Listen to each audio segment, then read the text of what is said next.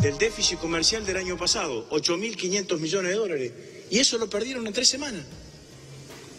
Y vienen y se presentan acá y nos dicen, acá nada ha pasado. Todo sigue como estaba previsto. Nos siguen, no digo mintiendo, pero siguen perdiendo confianza con el pueblo.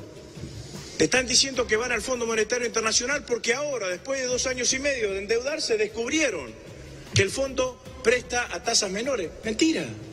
Van al fondo porque no le prestan a la Argentina a ningún lado.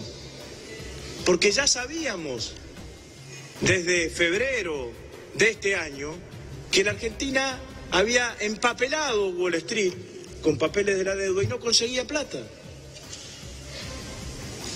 Entonces, señor ministro, esta es la situación que nosotros tenemos hoy en la Argentina. Yo recordaba, yo sé que es difícil, ¿no? Usted la debe recordar también. ¿Se acuerda cuando Forbes le puso el CEO del año? ¿Usted cree que después de perder 10.000 millones de dólares en 3 semanas, alguna empresa lo contrataría, señor ministro?